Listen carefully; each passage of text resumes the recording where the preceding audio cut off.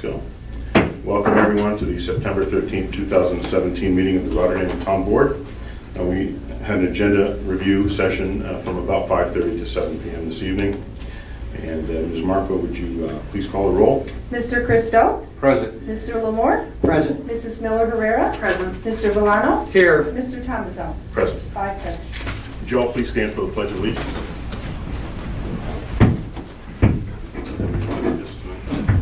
I pledge allegiance to the flag of the United States of America and to the republic for which it stands, one nation, under God, indivisible, with liberty and justice for all.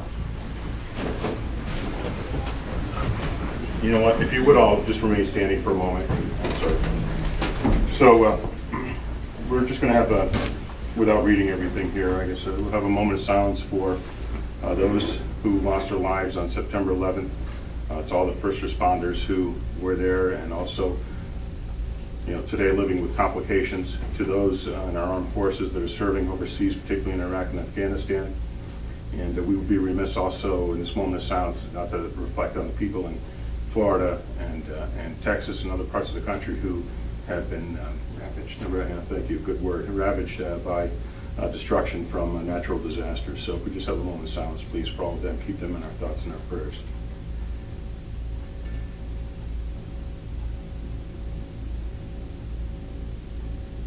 Thank you very much.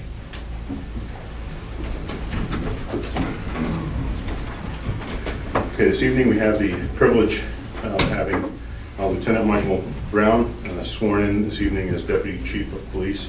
Chief, Emeritus. As everybody's aware, this resolution was passed about a month ago. Yes. Mike was out of the country, actually. So we just wanted to reach you guys ceremony. Mike, can your family come up? Wherever you want.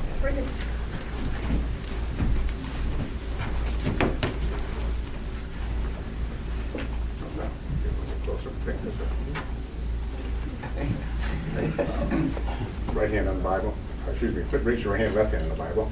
I I, Michael Brown, do solemnly affirm that I will do solemnly affirm that I will support the Constitution of the United States support the Constitution of the United States and the Constitution of the State of New York, and the Constitution of the State of New York, that I will faithfully discharge the duties of the office that I will faithfully discharge the duties of the office Deputy Chief of Deputy Chief according to the best of my abilities, according to the best of my abilities, so help me God. so help me God.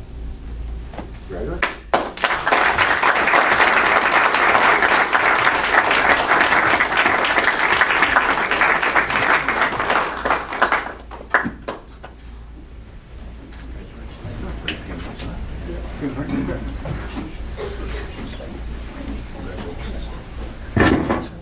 Congratulations. Thank you very much. Do you want to say a few words? Okay. All right. I'll give you the opportunity. I know he is. But thank you for taking on the responsibility on behalf of the town, and God bless your family and yourself. So thank you very much. Thank you. Yes, thank you.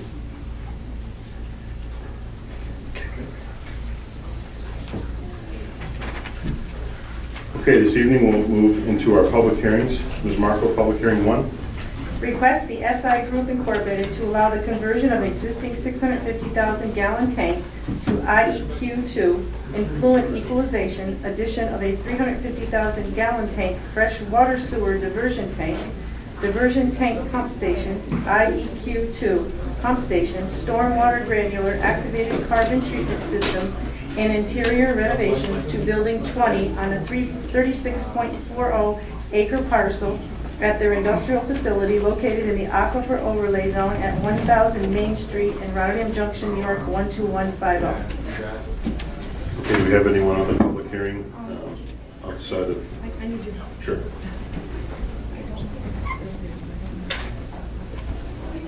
No, Okay. that's other public comments on the Okay. floor. Thanks.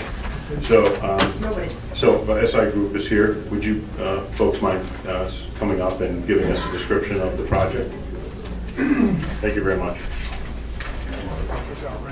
Yeah, please do. And, face the public and the camera so that people can see. And then what we'll do is, for those members of the board that want to go down to see what they're discussing, please do so. I'd like to just mention before you begin that I had the privilege of touring the SI Group facility along with a couple of other town officials. Pete commends our town planner and Jack Denny, who is our chair of the planning commission, as well as engineers that are town designated engineers and the engineers on behalf of SI Group. And I think that the operation is phenomenal. Thank you very much for taking on these additional, I guess I want to say, responsibilities that you have, particularly with all the infrastructure that you have there. I was very impressed. I'd been there about 10 years ago, and frankly, had forgotten a lot of what you do there until I came back. So I won't make it 10 years. I'll try to come back in a couple of years and we'll do another tour. But thank you very much for doing what you are doing this evening and going forward to protect not only your employees and your processing, but more importantly, the surrounding the people in the immediate neighborhood. Thank you very much for that. So please, Sure. go ahead. My name is Kevin Hickey. I'm with CHA Consulting, represent SI Group in the design of this project. Just a little bit of background on it. The purpose of the project, or the reason for this project, is SI Group is entered a consent order with the New York State DEC, essentially increased capacity of their wastewater treatment plant to produce higher quality effluent wastewater, essentially, to the facility.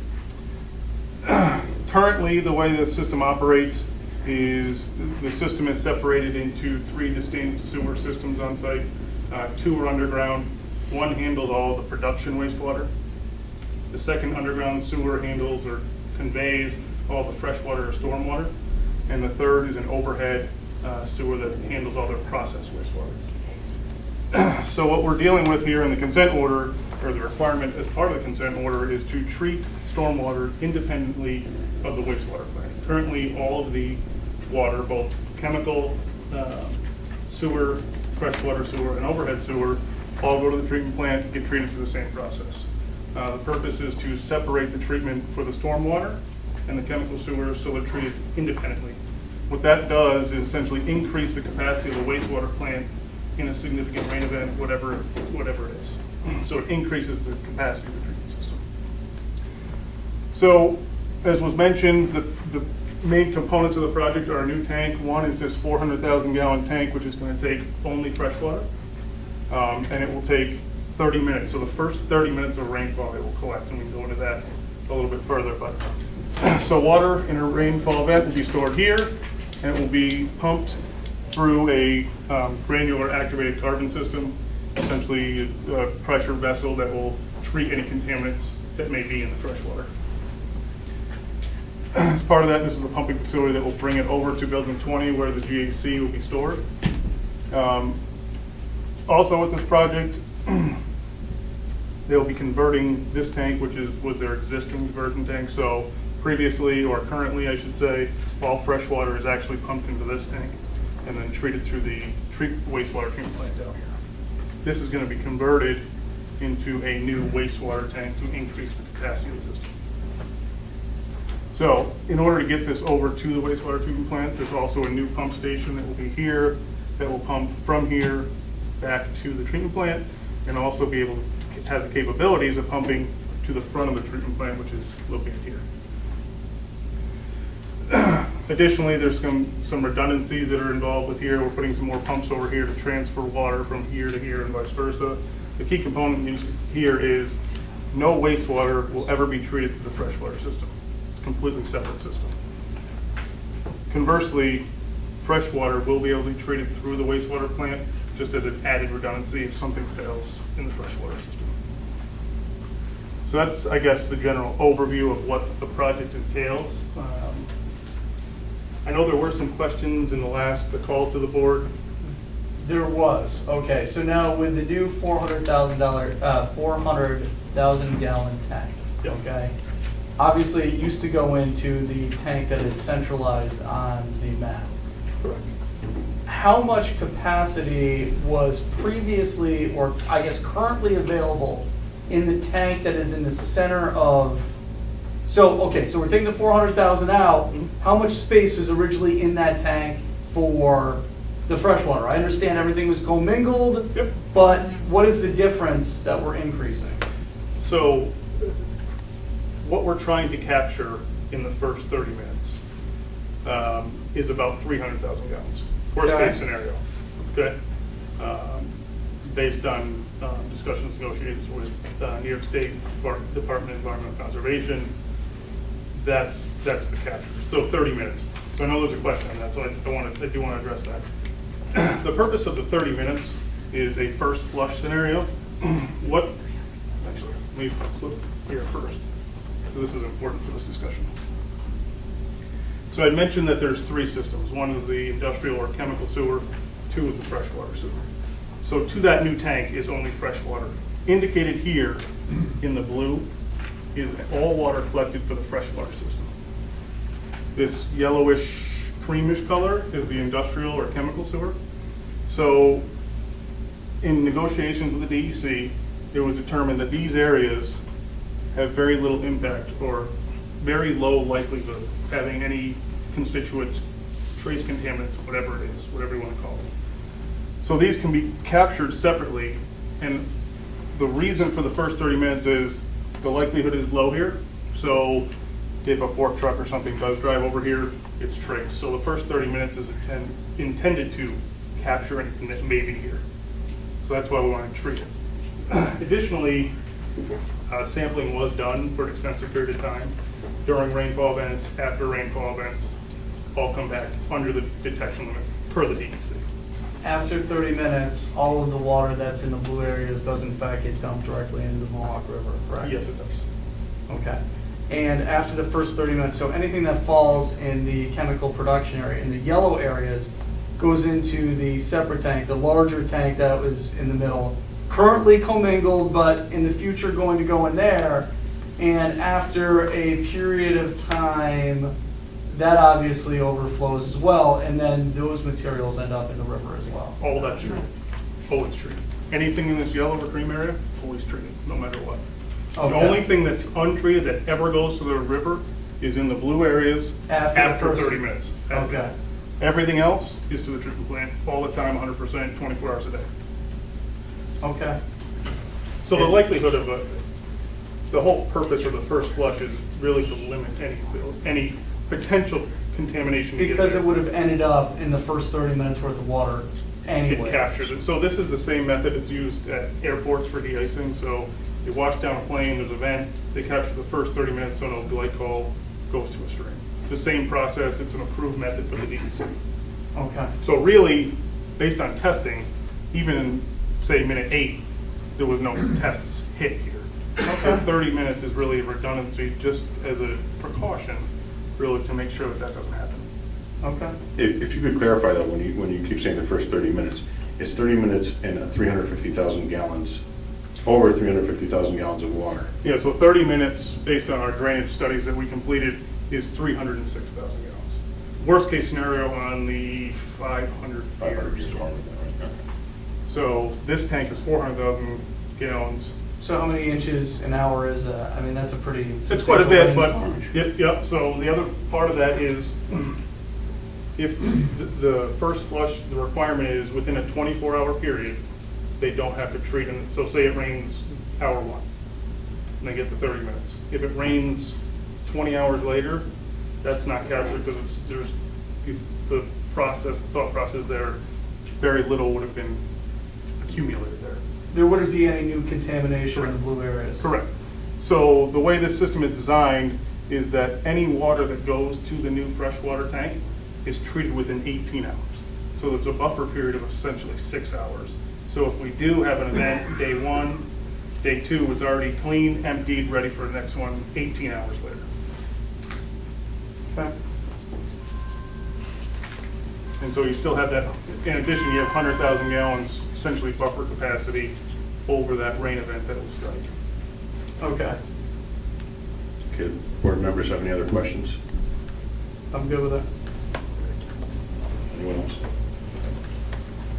All right, thank you very much for your time. It's a Appreciate good your time. presentation. No problem. So we are not going to close this public hearing. We are going to leave this public hearing. Joe, can you move that, please? Can I move? Oh, Yeah, Thank you. thanks. We are leaving this public hearing open because the planning commission still has to take action on seeker.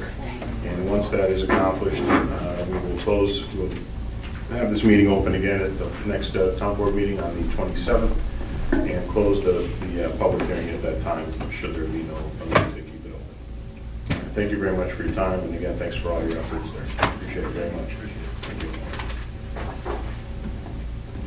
So public hearing 2?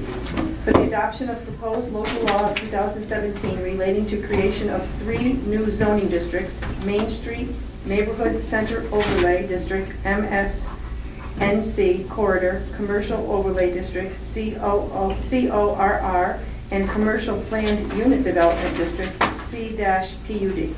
Okay, thank There's you. nobody that signed up. Yeah, we don't have anyone that signed in for this, but Peter, since you did come this evening, do you want to just give a brief 2-minute synopsis on these 3 new zoning districts?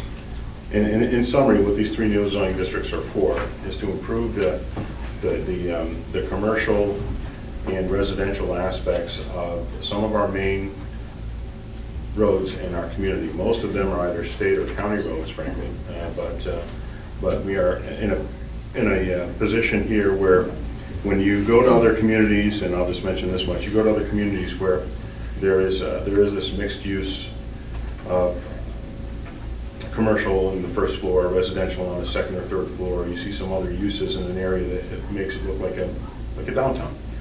And we have a few, I want to say, main roads in our community, as you all know, that could use this type of zoning. It will make it much more accommodating for people who are buying property, for them to develop. More importantly, it'll also improve our prospects for more tax base and more jobs. And that's what we need. So, Peter, you want to just give a brief synopsis of? Yeah, thank you. Yeah. Pull up that mic, please. This mixed-use zoning came about as we had conducted 3 linkage studies. I don't know if everybody remembers them all. One was at the Five Corners area. We also conducted a linkage study in the Hamburg Street area. Exit 25A we looked at, and then also Rotterdam Junction. Those 4 linkage studies were funded by CDTC through federal funding. It had a 25% match, but they were over several years. And really the premise behind getting the grant monies to do those studies was really to look at our zoning code, which in certain areas is antiquated. And I guess with that, this year with the steering committee, when we worked on the solar ordinance, this is something that's kind of, we really need to move forward with. And I've noticed over the last year or two, especially in the Hamburg Street area, that there were folks that were looking to do retail on the first floor and multiple apartments on the second floor, and we didn't have a zone to do that. I always use the example of the Scusi project, which is next to Recovery Grill, if you're familiar with that. There was an apartment complex that went in, and it really lent itself, the first floor of the first 3 apartments there that are across from the Recovery Grill there in Stewart, really lent themselves to being some type of a commercial use. We didn't have a zone. They asked, well, what can I do to get this project approved? You can't. And so they went ahead and they went through with the project, and they left everything residential. So this will add in, basically in our toolbox, additional zoning classifications. These proposed zoning layers have been vetted through those linkage studies where we had public meetings. I think we had a couple at the senior center, some at District 6, and then down in Rotterdam Junction. And this really, getting this into our code will really help with redevelopment, especially in the Hamburg Street area. As you all know, the sewers are going in this year, major reconstruction. So there's a lot of folks looking at that area. We have a couple projects that are kind of right now, pencil. One of the big pluses I see with this mixed-use zoning is it's getting away from having these large parking lots in the front and then have the buildings in the back, and really encouraging the buildings to be pushed up towards the sidewalk.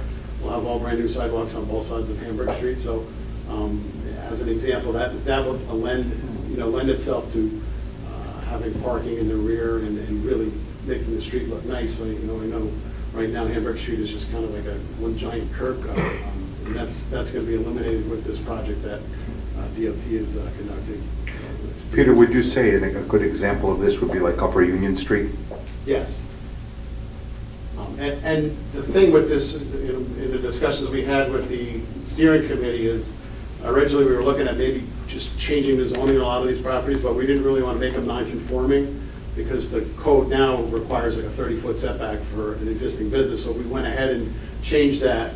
A lot of these businesses would wind up being non-conforming in that they're existing and they're, they would, when they went for zoning compliance or when they went to sell the property, they may have some legal issues with that. So the thought is to make this an overlay zone. So this will give folks that own those properties, that rather than taking away rights that they have, it will give them additional options that they can move forward with. Also, this overlay zone will be on the book, so if you have a particular piece of property looking for redevelopment, come to mind right now is the vacant Cumberland Farm area at the Fort Hunter, that intersection, and now all those businesses are vacant. So we'll look to see if we get some redevelopment in that area that'll push those buildings and maybe a little closer to the roadway, have the parking in the back. The old CVS here also. So a lot of opportunities in town, and I think this will really help with working with the developers in terms of coming up with a plan that looks good and that works for the town. Does anybody have any questions of Peter? No. Thanks, Peter. Thank you. Thanks for your time. And just so you know, John Tingley, who's our attorney, he has been the chair of the Comprehensive Plan Steering Committee, and this is really a culmination of his efforts and that committee's efforts as well. And we've been very fortunate to have John join our team, if you will, in the town. So I want to commend them as well for all of their hard work. Anyone else on public hearing two? Anyone else on public hearing two? Anyone else on public hearing two? I'll declare public hearing two closed at this time. And at this time, move on to public comment, privilege of the floor. Bob Godlewski.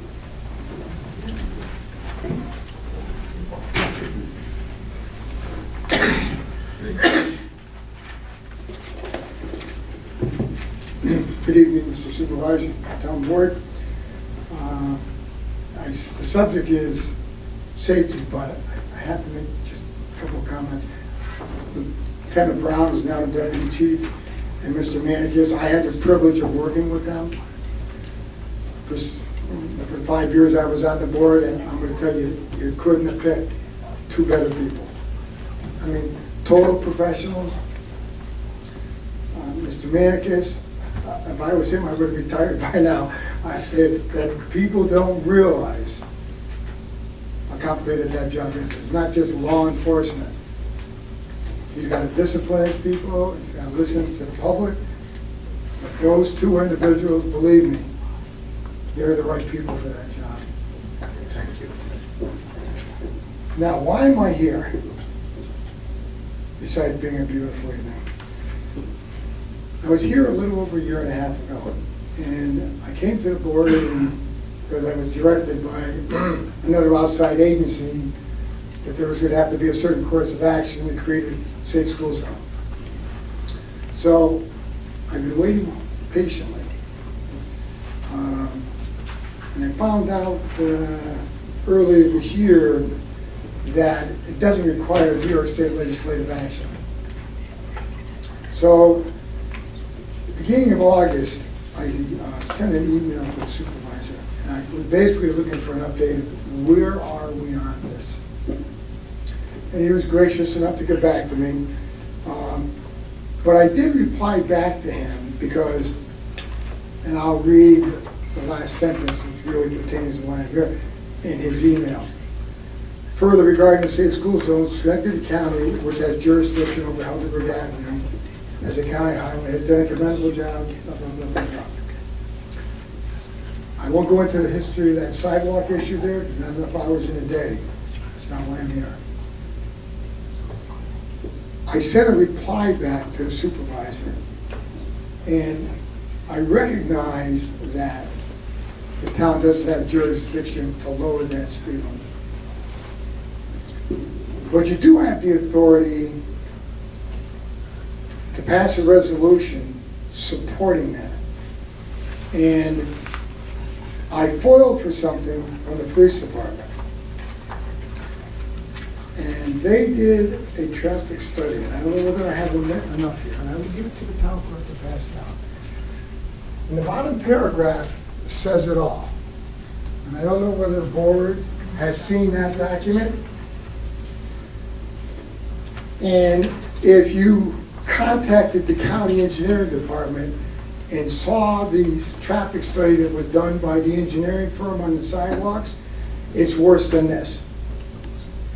I guess what I'm asking this board tonight, I've already been to the school board meeting, and I know they've been in contact, or will be in contact with the county. I would like you to pass a resolution supporting that safe school zone based on this letter and the engineering study that was done on that section of road for the county with the sidewalks in. We discussed it a year ago. School is very apprehensive, all right? I was over there walking over the weekend.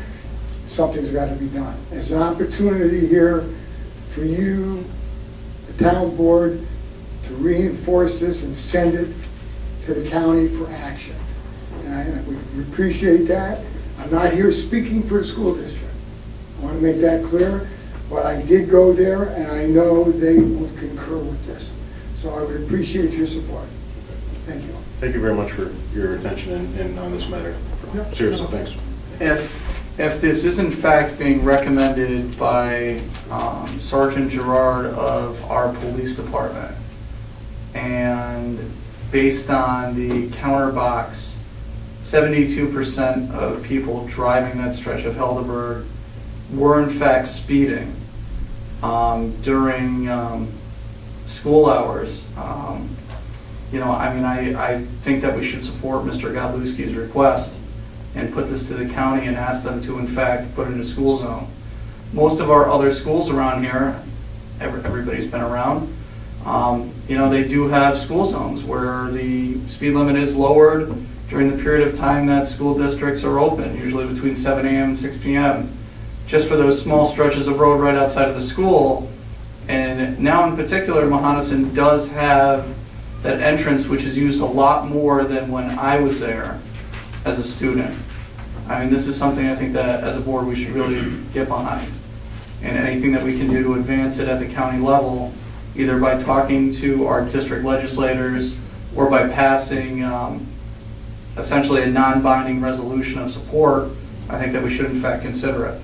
Well, one of the things I'd like to mention, and you know, you wouldn't know this because I didn't at the time put this in the email because I didn't know definitively, but I was informed by Lieutenant Collins that we did receive funding for, I believe, 2 more of those units that we can mount to track and collect data of the actual speed that people are going, warn them that they're exceeding the speed limit.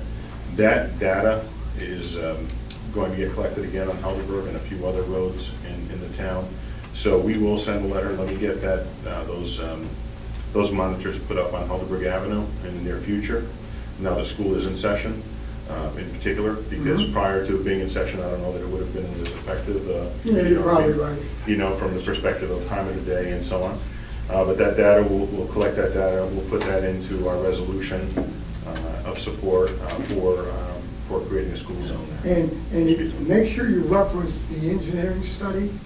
As I mentioned last year, that's even more damning than the study with the police department, and not a reflection on them. But I mean, that's why I came last year, and I know because I walked there, and every time a car comes down that road, you gotta go back up to the fence because 6 inches and I'll be in heaven or someplace else. I mean, most pedestrian, most accidents or injuries that occur involving pedestrians are people under, I think, if I remember the study right, it's 29 and under. So Yeah, I believe that. why is that? You know, people people are walking, they're riding their bicycles, they're going to and from school or the store or whatever. But that is a fact, and it's over 70% of them. I don't heal the way I used to, that's why. There's that too, I guess, for all of us. But we'll get on it. And could you mark me for a copy of any communication? Yes, I will. I'll make sure that you get a copy. Thank you very much. Thank you very much. Anyone else with the public comment privilege of the floor? Okay. Can I just add Sure, add go ahead. something on what the conversation was just on there? I was wondering also, that when we're discussing with the county or whoever actually handles those roads, can we discuss with them about getting sidewalks in the rest of Helderberg? Because like you said, it's extremely dangerous down Helderberg. And even as an adult, walking along on there, you're taking your wife in your hand every time you go down there, and people, the kids and even the adults walking their dogs, whatever, you get further down, and once you go over that bridge, there's no road, there's not even sides, let alone roads, or sidewalks, there's not even sides to actually get off the road, really. So you're taking your chances all the time, and people that live in the area want to be able to actually, walk around, move around, go visit a friend or whatnot. They don't want to have to deal with that. So it'd be a great thing if we could do that, especially being it's, a road that is, I don't know about well-trafficked, but there's people going up and down that road for different reasons, cutting across from one part of town to another. That's all I got. Thank you. Anyone else? Okay. Prior to beginning the resolutions, I'd just like to mention that we had an amendment to Resolution 260-17. Motion was made by Member Christou, seconded by Member Larmore. All voted in favor of just adding the number of .25 to $690.25. We just made that slight amendment there. And then Resolution number 262-17. I will have Ms. Marco read the amendment for that. We amended that resolution with a motion by Member Bolano, seconded by Member Larmore. Dan, would you read that resolution, please? Okay, so it's going to say authorize the supervisor to enter into agreements with Mahonison Central School District located at 2072 Curry Road, Schenectady, New York, 12303, and Shellmont Central School District located at 4 Sabre Drive, Schenectady, New York, 12306, to staff a school resource officer, SRO, for their school resource program, to staff an SRO for 1 year of contribution of 70% of the expense, or at a fixed rate of 75% for a 3-year period starting July 1st, 2017. Okay, for the record, I abstained in voting for that. Correct. I've already negotiated this in the past. Frankly, I'm sure the board is going to pass that resolution this evening. I will go back to both districts as the board has asked me to do, and just for the record. So those are the two resolutions that were amended. So Ms. Marco, let's start with 248-17, please. Sure. Call for public hearing to be held on Wednesday, September 27, 2017, at 7 p.m. at the John F. Curran Government Center, Town Hall, 1100 Sunrise Boulevard, Rotterdam, New York, 12306, for the following purpose. Request by the SI Group Incorporated to remove an existing modular office structure and expand the existing on-site training center with a 24/60 modular building adjacent to training center on a 36.40 acre parcel located in the Aquifer Overlay Zone at 1000 Main Street in Rotterdam Junction, New York, 12150. Okay, may I have a motion, please? I'll move. Motion by Member Christou, second, please. I'll second it. Okay, second by Member Larmore. Anyone on the question? Okay, Ms. Marco, please call the roll. Mr. Christou? Yes. Mr. Lamore? Yes, it's public hearing. Mrs. Miller Rivera? Yes. Mr. Milano? Yes. Mr. Thomason? Yes. 5 yes. Okay, Resolution 248-17 passes. Resolution 249-17. Adopt local law number 2 of the year 2017 for the following purpose: to amend Chapter 266, Section 46 of the Code of the Town of Rotterdam entitled Vehicles and Traffic, Schedule 6, Stop Intersections as follows. Install a stop sign at the intersection of Santa Lane at Mild Standish Road. Public hearing was called for at the Town Board meeting of July 12, 2017. Public hearing was held at the Town Board meeting of August 9, 2017. Okay, may I have a motion, please? I'll make the motion. Motion by member Christo, is there a second, please? I'll second that too. Okay, second by member Larmore. Anyone in the question? Okay, Ms. Marco, would you call the roll, please? Mr. Christo? Yes. Mr. Lamore? Yes. Mrs. Miller Herrera? Yes. Mr. Valano? Yes. Mr. Thomason? Yes. 5 yes. Okay, resolution 249-17 passes. Resolution 250-17. Adopt and authorize the supervisor to sign a negative declaration dated September 13th, 2017 for a comprehensive plan amendment and change of zone request on a 0.65 acres of property from single-family residential R1 to general business B2, Town of Rotterdam, New York 12306. Mr. Supervisor, being that this is a conflict of interest for me, I'm going to step down off the dais and recuse myself. Okay.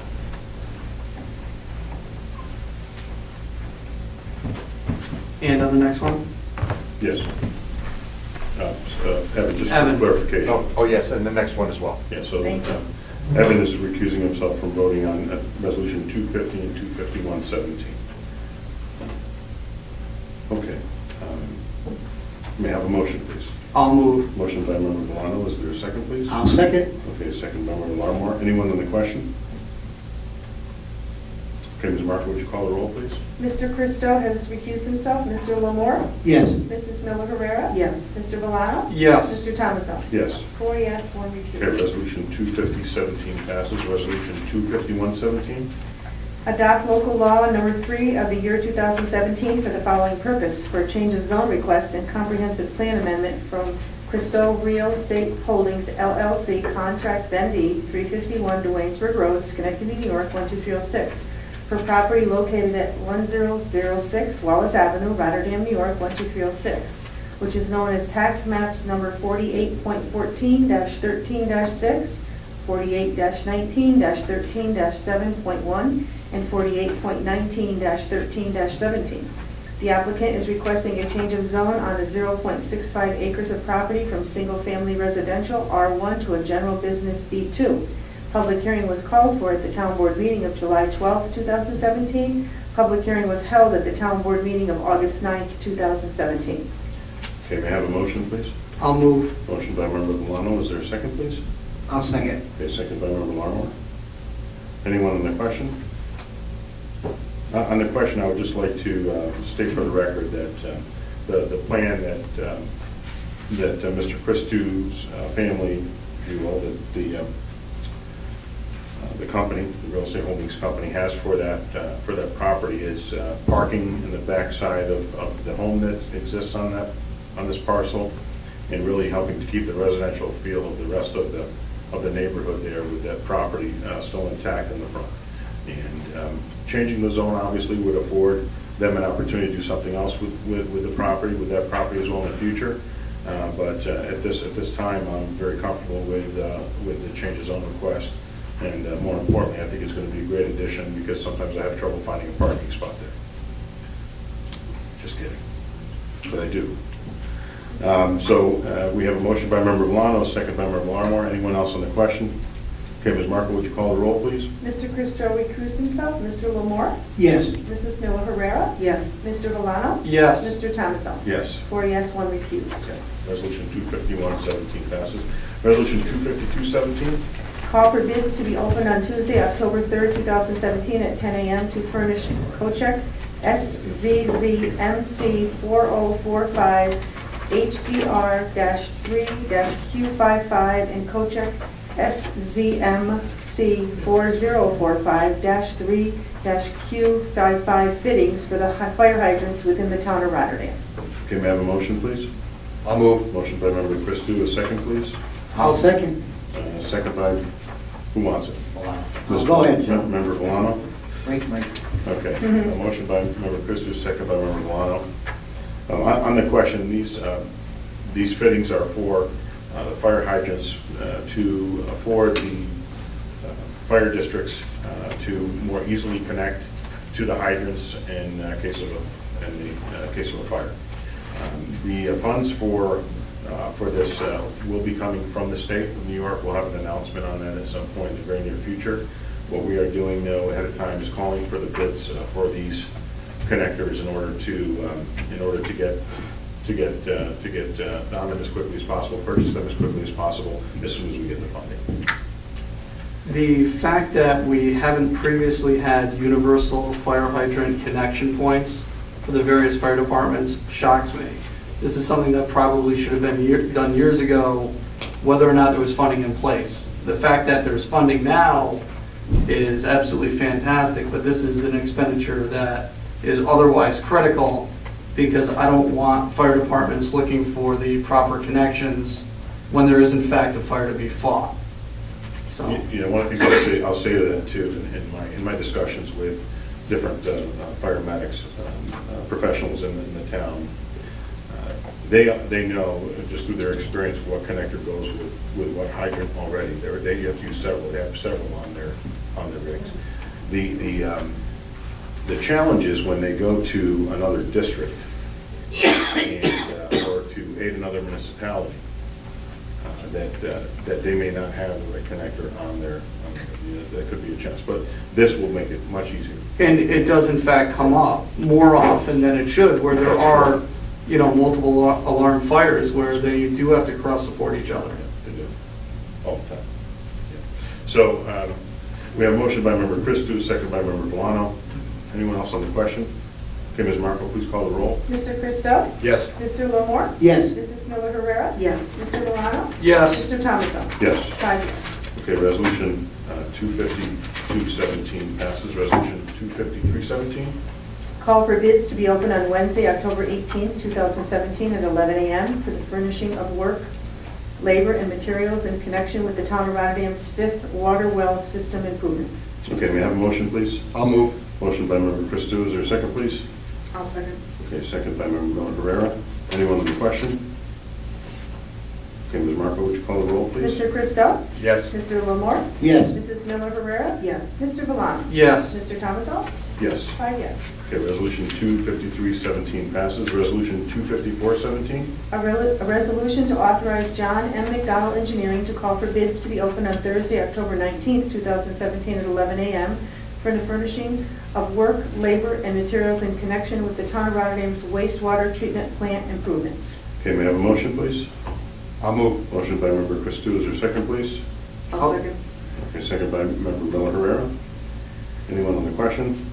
Okay, Ms. Marco, please call the roll. Mr. Christo? Yes. Mr. Lamore? Yes. Mrs. Miller Herrera? Yes. Mr. Valano? Yes. Mr. Thomason? Yes. 5 yes. Okay, resolution 254-17 passes. Resolution 255-17. Call for public hearing to be held on Wednesday, September 27th, 2017 at 7 p.m. at the John F. Curtin Government Center, Town Hall, 1100 Sunrise Boulevard, Rotterdam, New York, 12306, for the following purpose: for the adoption of a proposed local law of the year 2017 designating both sides of Opus Boulevard for its entire length as a no parking zone. Okay, may I have a motion, please? Mr. Supervisor, I'll make the motion. A motion by member Christou. Is there a second, please? I'll second. Okay, second by member Lamore. Anyone on the question? Okay, Ms. Marco, please call the roll. Mr. Christo? Yes. Mr. Lamore? Yes. Mrs. Miller Herrera? Yes. Mr. Valano? Yes. Mr. Thomason? Yes. 5 yes. The resolution 255-17 passes. Resolution 256-17. The Town of Rotterdam, the Town Board of the Town of Rotterdam establishes the ratio of homestead and non-homestead base proportions pursuant to Article 19 of the Real Property Tax Law of the State of New York. May I have a motion, please? I'll move. Okay, motion by member Christou. Is there a second, please? I'll second. Okay, second by member Miller Herrera. Anyone on the question? Yes, Mr. Supervisor. Mr. Larmo? We were discussing this earlier, and we wanted to find out what the rates are going to be for the ratio between homestead and non-homestead. But what we were informed is we can't find out the rates until they calculate it. Well, I don't want to vote on something that I don't know about. I want to wait until we know what it is, and then I'll vote on it. So I'm gonna probably abstain from it. Okay. Mr. Valano, did you Yes. say yes? Yes. Essentially, what this resolution does is it shifts the burden of tax from residential properties in the town to non-homestead properties, whether it be restaurants, storefronts, industrial properties, essentially business. In our town, we have set up a 2 tax levy system. One where we tax houses at one rate, and one where we tax businesses at a substantially higher rate. There are approximately 900 towns in this great state of New York. Only 17 use this mechanism that the town of Rotterdam has decided to use. You know, after I became a little more acquainted with exactly what was going on here, I've been abstaining in past years, and I will be doing that today, because we don't know tonight exactly what the effect is. I can in fact tell you what the effect was last year after the budget was issued. Businesses in our town, per $1,000, have a tax levy that's approximately 73% higher than an equally valued residential property. What does that mean? It means that a business property worth $300,000 placed next to a house worth $300,000 would be paying an equivalent tax of that house if that house was valued at approximately $520,000. There's a big difference. Well, how do you stop that? You have to stop that by bringing in businesses. What's one of the things that keeps business out? Having a substantially higher tax rate. It's a double-edged sword. It's one that we've been dealing with for the last several years. And it looks like we're going to be dealing with it for this year too. I understand that a vote of no, if this did not proceed, would result in a tax levy increase on our residential homeowners. And nobody likes that.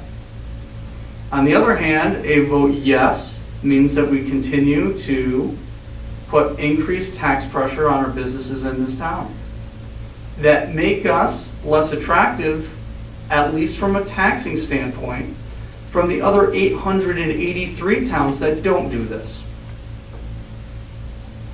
Tonight, we're being asked to vote yes or no. Those are the only options. We can't adjust what the rates are. However, I also do not know on a percentage basis what the effect is if I vote yes or I vote no. And therefore, because I cannot tell you essentially what the tax ratio is going to be with the information that's been presented to me, and tonight there is no one from the tax assessor's office or the town controller's office to explain it to me, I feel the only reasonable and rational thing I can do is to simply not vote on it. So that's how I will be proceeding tonight. Mr. Supervisor, may I? Sure, please. I just want to be clear that when we talk about how many towns use this, 17 towns use this, 12 cities use this, 4 villages, 43 school districts, and not all 900 towns qualify to use this program. We qualify based on having a reevaluation done that was done town-wide and met certain state standards to do so. And we implemented a local law. By voting tonight, we're not voting on whether we have this two-tier system or not. We're simply voting on whether we will adjust the proportions for this year. If we don't vote on this tonight, we'll simply carry over the proportions from last year. That will keep the burden unequal. It will not be the way it should be. Somebody will pay more than their share. So by abstaining from voting, you're simply keeping somebody from having a fair tax.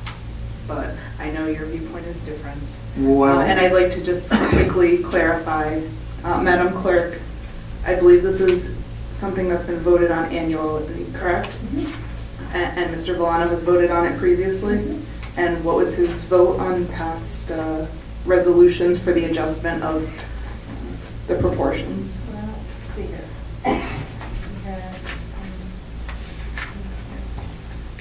In 2014, he voted yes. 2015, he voted yes. 2016, he voted no. So those are the 3 years. Now you're saying the percentage?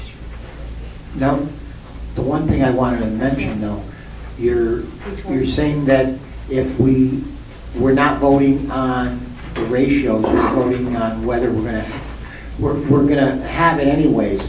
But the thing is they're saying, well, then the ratio will stay the same as last year. But if you look at the ratios over the years, it's been constantly going up for commercial. So the rates on the commercial keeps going up. I mean, granted, we want to keep the homeowners' rates down, but we have to find a little bit of a compromise somewhere because of the fact that we're going to keep chasing business away as long as we have our tax rate so high for business. And this year is no different. The value of the non-homestead, so the commercial properties in the town, the value's gone down.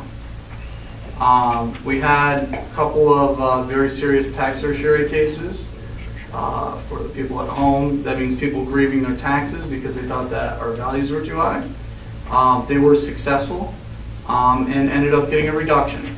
And by doing that, there's less non-homestead or commercial property in the town. So the per thousand value of the commercial property that is left is going to go up further. It was 73% higher last year. Can't tell you what it's going to be this year, but I'll find out in a couple of meetings. But I have every expectation that it will be several percentage points higher. Mr. Supervisor, if I may. And I don't want to belittle Mr. Villano's point at all, because having a business in Rotterdam, I know what that effect is. But also having elderly parents living in the town of Rotterdam and looking at the, demographic of this community, you can't just pull a trigger and make this go away, because there is that potential. And again, past performance does not declare, prior results don't indicate, future results, but the concept that some of our elderly people would be paying 20% more in their home tax assessment would scare me enough to at least support it at this time as is. But on a long-term situation, again, I do not want to belittle Mr. Villano's point at all, because I think his concern is valid, even if at times we may disagree on how to find a solution. I agree with his concern, every step of the way. So until we find a better road, I will continue to support, through my position on the county IDA, to offer some economic development funding or opportunities to increase that business. We do have some things down the pike. We have 2 8-figure, multi-million-dollar projects that will go on there, the 2 apartment complexes that are going to go on the tax rolls. We have more people moving into the mall that will also help the assessment there. So we'll continue to hopefully move in that direction to entice businesses, and then eventually I would also like to see this homestead, non-homestead thing go away, but without the potential impact of our residents, especially our elderly residents. Thank you. Yeah, I mean, this without belaboring what's already been said by members of the board, this is a mathematical exercise, and what we tried to do in the past year and a half, 2 years or so, is to put in place new zoning, put in place other opportunities, if you will, for the advancement of more commercial enterprises to coming to the town of Rotterdam. So whether we're contemplating more commercial tax base, mixed use on Hamburg Street, sewer line that's going in there, the efforts that we've made in applying for grants to reduce the cost to homeowners and businesses for that sewer line in Hamburg Street, also looking at grant opportunities for Marival Road and Burdick Street for sewers to be installed there, period. There's no sewer line there either. Those are the kinds of things that would bring more commercial tax base to the town, focusing on the main roads that are state or frankly or county roads, where these kinds of opportunities exist, where there is land that's developable for commercial or industrial purposes. That will help us. So we're hopeful that the efforts that we've made will bear fruit over the next few years. I think they will. I also am very confident that at some point the town could eliminate this, but there is no way that we can do it at this time, because as member Christou has mentioned, the tax rate for residential homeowners would increase substantially. And we are very, very,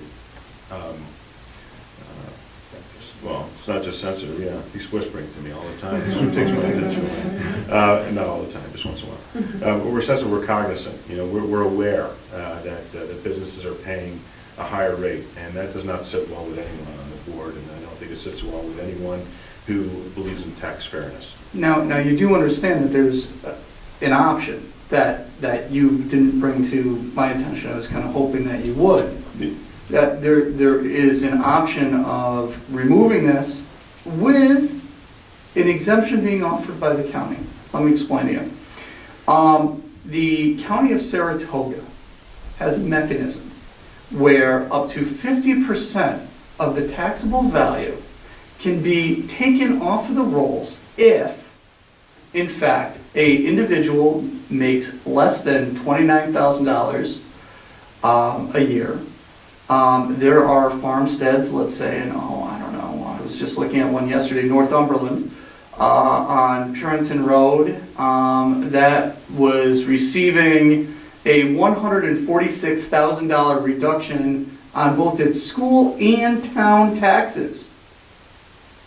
When you added the senior star exemption to it, a $285,000 farm was being taxed at the rate of $57,000.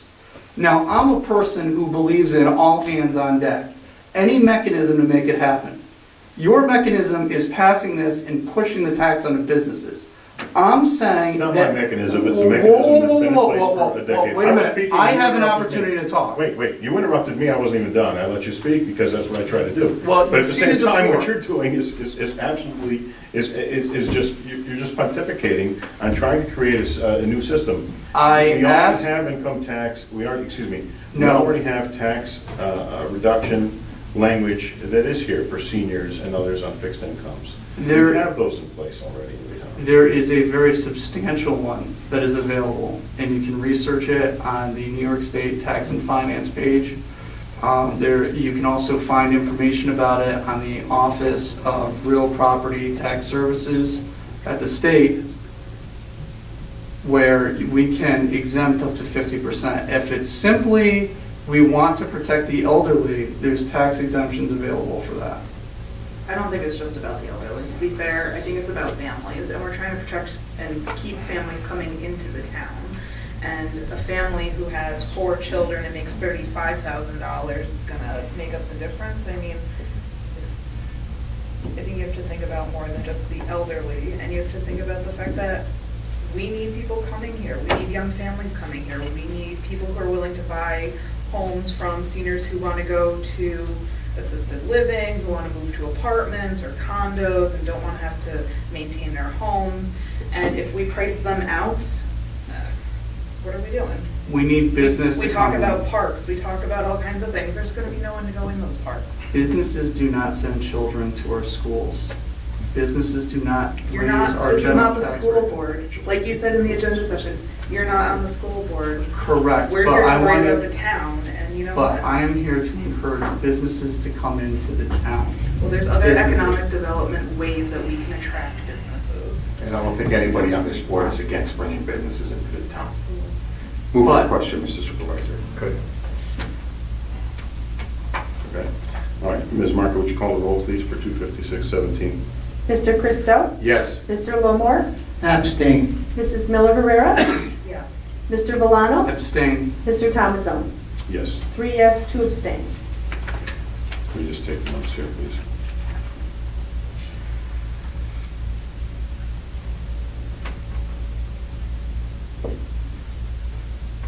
Okay, thank you. Okay, Resolution 257, I'm sorry, Resolution 256-17 passes.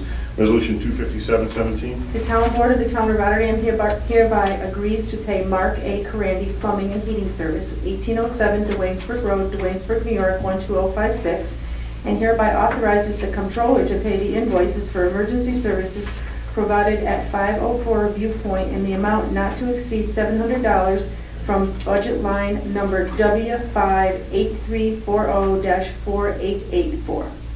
Okay, may I have a motion, please?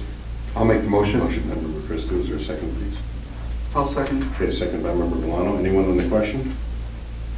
Okay, Ms. Marco, please call the roll. Mr. Christo? Yes. Mr. Lamore? Yes. Mrs. Miller Herrera? Yes. Mr. Valano? Yes. Mr. Thomasson? Yes. 5 yes.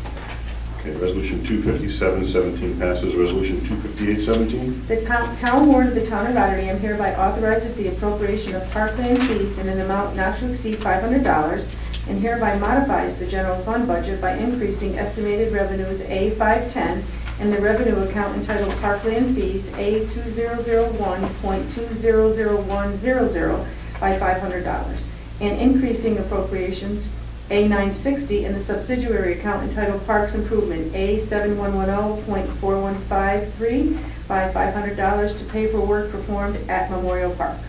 Okay, may I have a motion, please? I'll make the motion. Okay, motion by Member Larmore. Is there a second, please?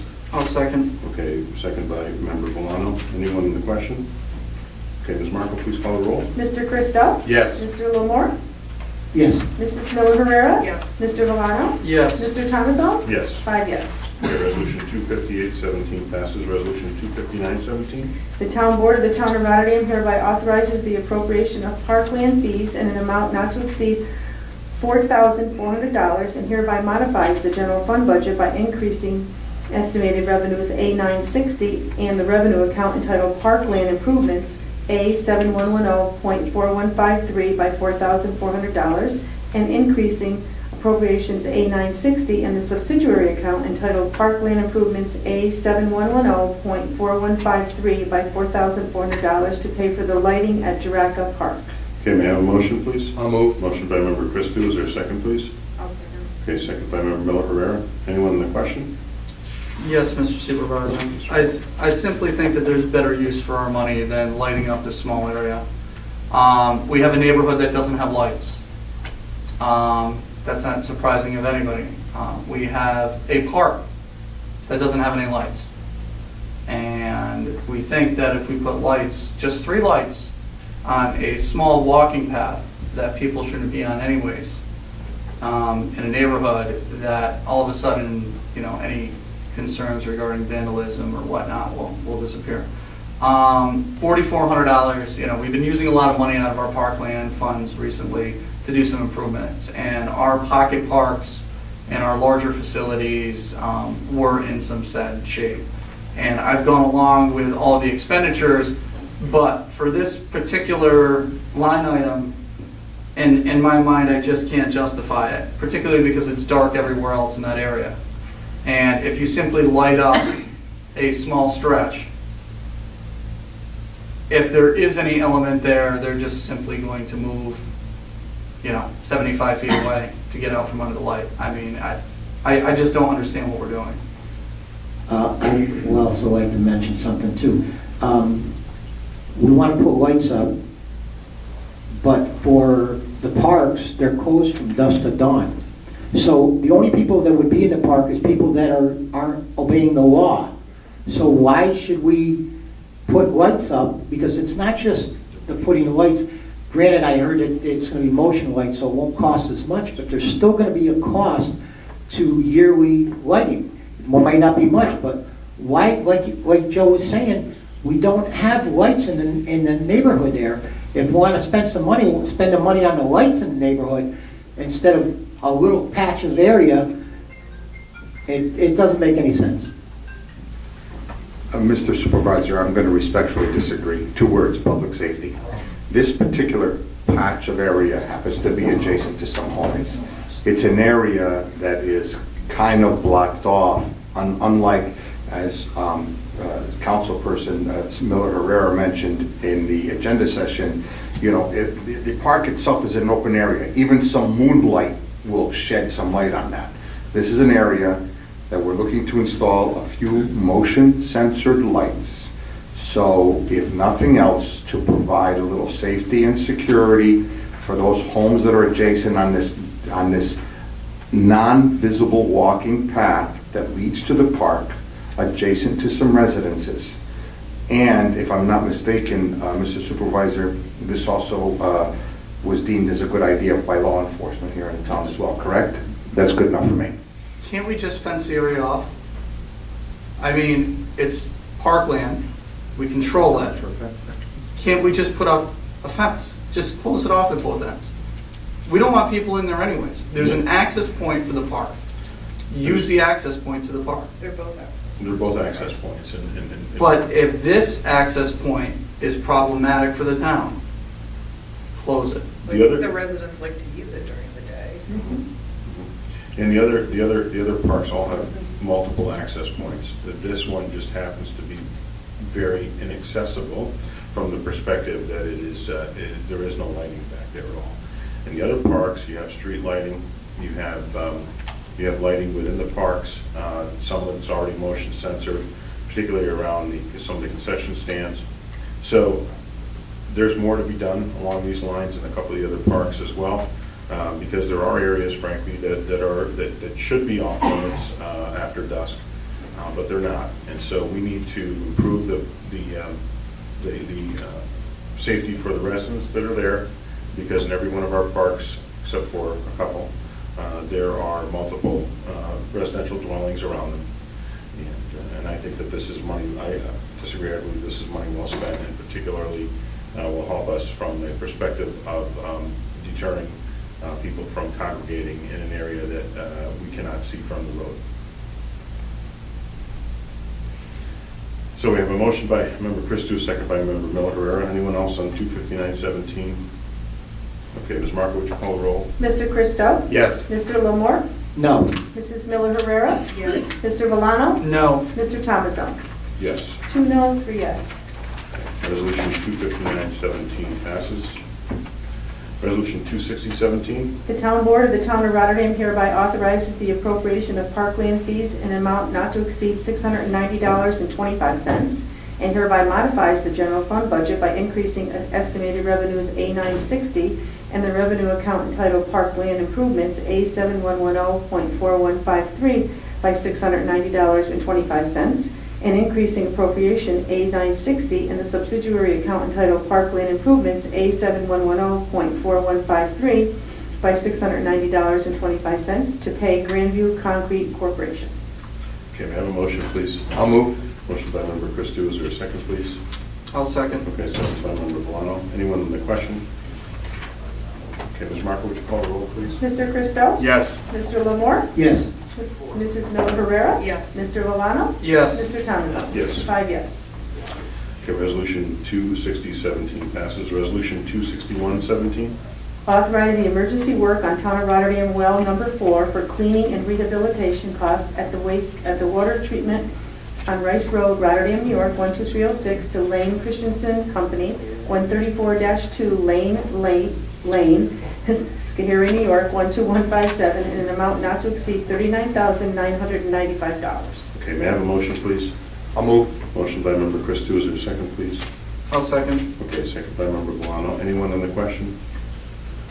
Okay, Ms. Marco, would you call the roll? Mr. Christo? Yes. Mr. Lamore? Yes. Mrs. Miller Herrera? Yes. Mr. Valano? Yes. Mr. Thomasson? Yes. 5 yes. Okay, Resolution 261-17 passes. Resolution 262-17. Authorize the supervisor to enter into agreements with Mohonasen Central School District located at 2072 Curry Road, Schenectady, New York, 12303, and Shawmut Central School District located at 4 Sabre Drive, Schenectady, New York, 12306, to staff a school resource officer, SRO, for their school resource program, to staff an SRO for 1 year of contribution of 70% of the expense, or at a fixed rate for 3-year period of 75%, starting July 1st, 2017.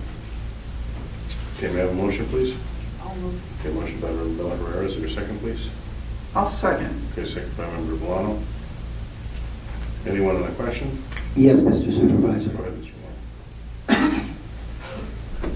I still believe that we don't need police officers carrying firearms in our schools, because we don't want weapons in the schools, period. It doesn't matter who has it.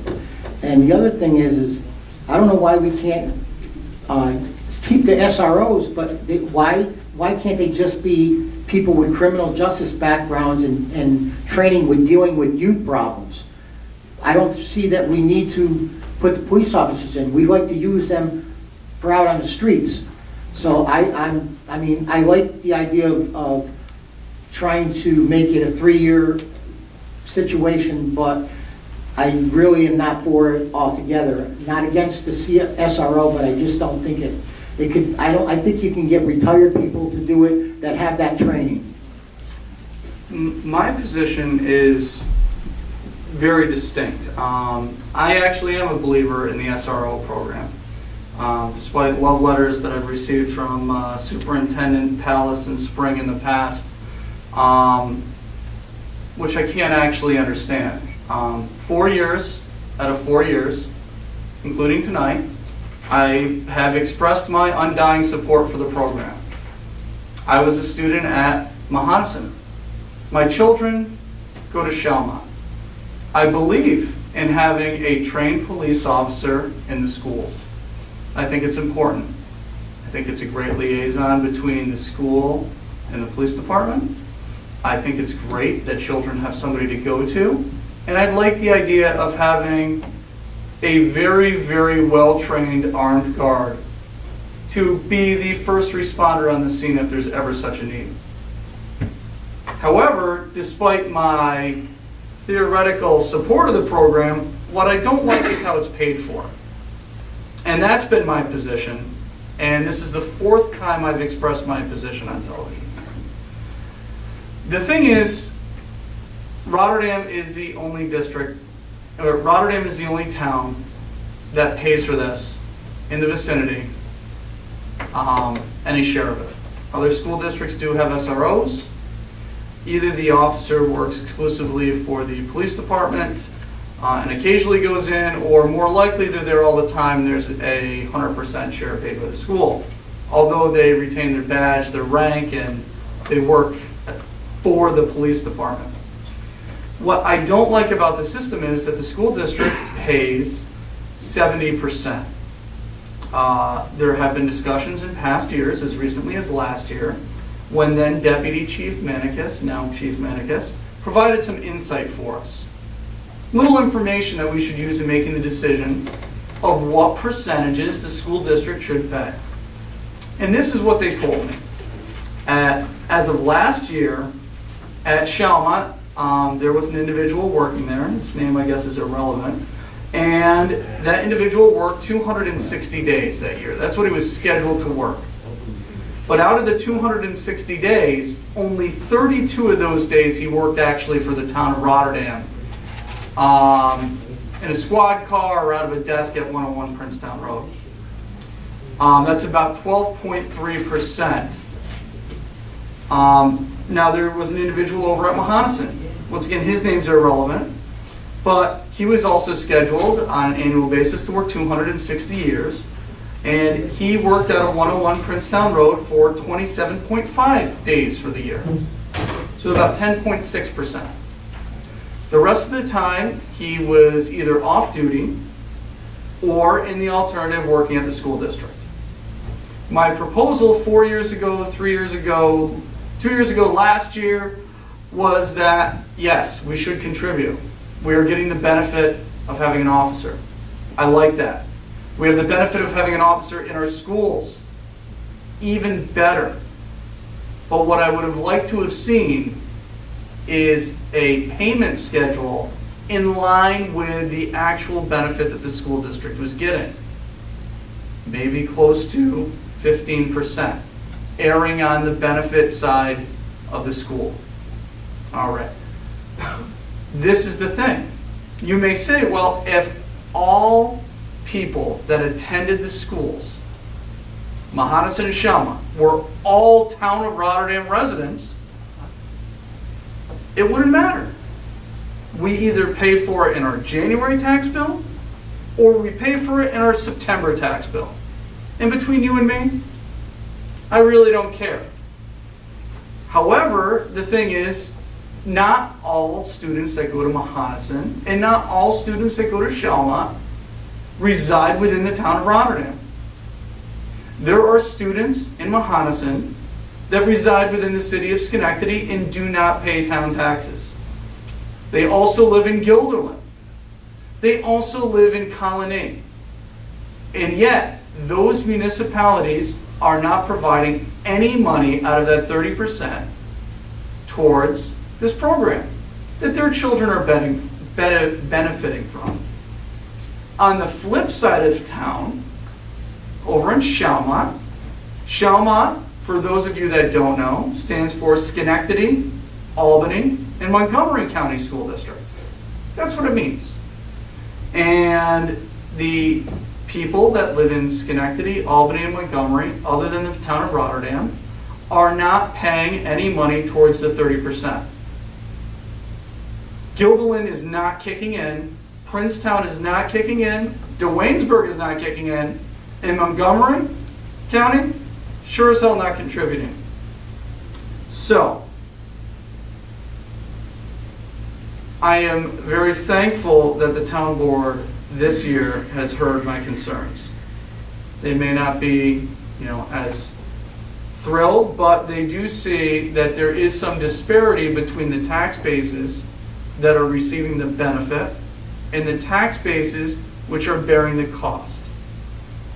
And I proposed, and it did carry a 4-to-1 vote, that we offer to the school district, rather than having any jump in the future, a long period at a slightly increased rate, a modest 5% increase.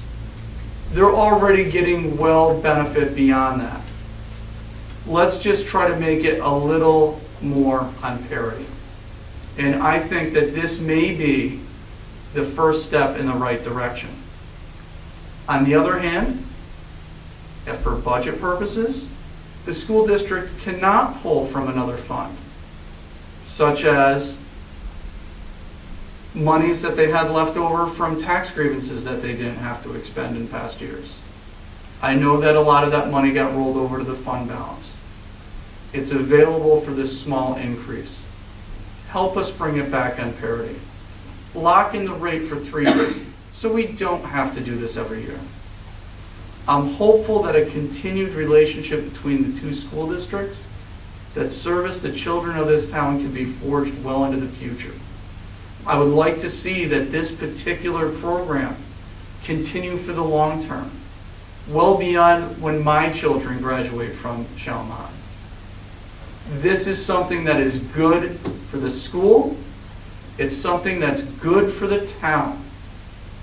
Let's just get the price a little more in line with what it should be. And I appreciate the support from my fellow board members that were willing to take that initial first step with me. Thank you. I would like to say something else also. I have a little bit different perspective on this. I remember back when I went to Mahonison, I know I'm dating myself, but back then, there was rioting in the streets and everything with Vietnam, all that stuff going on, and we didn't have SROs, and we didn't have any problems in the schools. So, I mean, if we want to have SROs, fine, but at the price tag that we're going with, I don't see the point, to be honest. I mean, a lot of places don't have it, or they pay for it themselves. We really don't need to be putting that extra money from the town and taking our police resources away from on the streets with the real criminals. I just don't see it. I'm going to be very brief, just to explain my abstaining on this vote as well, as I did with the amendment, is very simply this. I've already negotiated this contract. We negotiated this contract in the past. More importantly, I believe that the school districts already have a dependency within their budget on revenues and expenses, and this is an expense that they've already accounted for. To ask them for an increase is another burden on each school district, although you may argue that it's a small amount of money, but in the big scheme of things, it's still something that they have to account for. I also want to commend our SROs, because their work at the school has provided many people with a level of safety and solace, if you will, that there is someone at the school, at each one of the campuses, if you will, to be there to provide for the welfare of the students and the faculty. So I'm going to abstain again. I will do as the board has will demand me to do this evening, but I want you to know that I do believe that we'll be back to the 70% again, because there is no, in my opinion, reason for them to negotiate differently. So with that, let's call for the vote. Mr. Christo? Yes. Mr. Lamore? Well, I think this is a better way to go with the 3 years for 75%, but I have a lot of problems with it overall, so I'm going to have to vote no. Mrs. Miller Herrera? Yes. Mr. Valano? Yes. And Mr. Thomason? Abstain. Abstain, no, and 3 yeses passes. Okay, Resolution 262-17 passes. Resolution 263-17. Authorize the supervisor to execute a contract with Barton LaJudas PC located at 10 Airline Drive, Suite 200, Albany, New York, 12205, to provide engineering services in connection with the Galat Drive pump station improvements in an amount not to exceed $42,800. Okay, may I have a motion, please? I'll move. Motion by Member Christou, is there a second, please? I'll second. Okay, second by Member Valano. Anyone in the question? Okay, Ms. Marco, please call the roll. Mr. Christo? Yes. Mr. Lamore? Yes. Mrs. Miller Herrera? Yes. Mr. Valano? Yes. Mr. Thomason? Yes. 5 yes. Okay, Resolution 263-17 passes. Resolution 264-17. Authorize the supervisor to enter into an agreement with Callahan Industries Incorporated located at P.O. Box 15097, Albany, New York, 12212, for paving on 1506 Altamont Avenue in an amount not to exceed $20,800. Okay, may I have a motion, please? I'll make the motion. Okay, motion by Member Larmore, is there a second, please? I'll second. Okay, second by Member Valano. Anyone in the question? Okay, Ms. Marco, please call the roll. Mr. Christo? Yes. Mr. Lamore? Yes. Mrs. Miller Herrera? Yes. Mr. Valano? Yes. Mr. Thomason? Yes. 5 yes. Okay, Resolution 264-17 passes. Resolution 265-17. Authorize the supervisor to enter an agreement with Callahan Industries Incorporated located at P.O. Box 15097, Albany, New York, 12212, for paving on Altamont Avenue at the intersection of Crane Street in an amount not to exceed $27,400. Okay, may I have a motion, please? I'll make the motion. Okay, motion by Member Larmore. Second. Second by Member Christou. On the question, I'd just like to say that Resolutions 264, 265, 140, Altamont Avenue is a state road, but in both locations, we had water breaks there last year, so the town is responsible for the final repair to the specifications of DOT in those two locations, and the funds for these repairs are coming from the Water District, Water District 5. So, Ms. Marco, please call the roll on 265. Mr. Christo? No, 265. Yes. Mr. Lamore? Yes. Mrs. Miller Herrera? Yes. Mr. Valano? Yes. Mr. Thomason? Yes. 5 yes. Resolution 265-17 passes. Resolution 266. 1 minute, before we move forward, I believe that the rest of the matters on tonight's agenda are uncontested.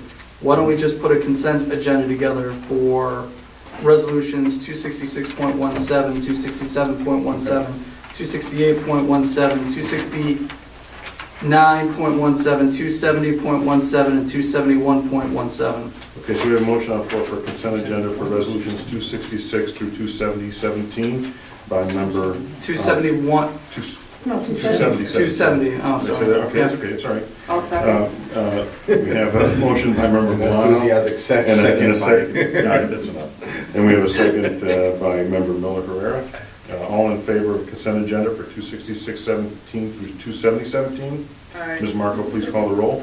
Mr. Christo? Yes. Mr. Lamore? Yes. Mrs. Miller Herrera? Yes. Mr. Valano? Yes. And Mr. Thomason? Yes. That's to put it as a consent. Okay, Right. let us We now have vote. vote on those resolutions on 266-17 through 270-17. Ms. Marco, please call the roll. Mr. Christo? Yes. Mr. Lamore? Yes. Mrs. Miller Herrera? Yes. Mr. Valano? Yes. And Mr. Thomason? Yes. Okay, so resolutions 266 to 270-17 pass. Under committee reports and miscellaneous, I just have something very brief to mention. I believe that Senator Amador has put this together. Free on Saturday, September 23rd, 2017, stop by Viacorp, Lot B, the Via Entertainment parking from 10 a.m. until noon. Please bring any unwanted documents or papers to the document shredding event. All documents will be confidentially shredded on site by the shredding truck, Acceptable items include documents, colored paper, envelopes, expandable file folders, newspapers, magazines, staples, and paper clips are also okay to include apparently. So please, for this free document shredding event, Saturday, September 23rd at Viaport from 10 until noon if you so desire. Is there anyone else for committee reports or miscellaneous items? Is there anyone who wants to call for an adjournment? I will make a motion to adjourn. Okay, we have a motion by Member Christou to adjourn. Anyone else for a second? I'll second. Second by everybody, but we'll give it to Mr. Longmore. Okay, all in favor of adjournment, signify by saying aye. Aye. Opposed? Okay, thank you all for coming this evening for the meeting. Appreciate your time.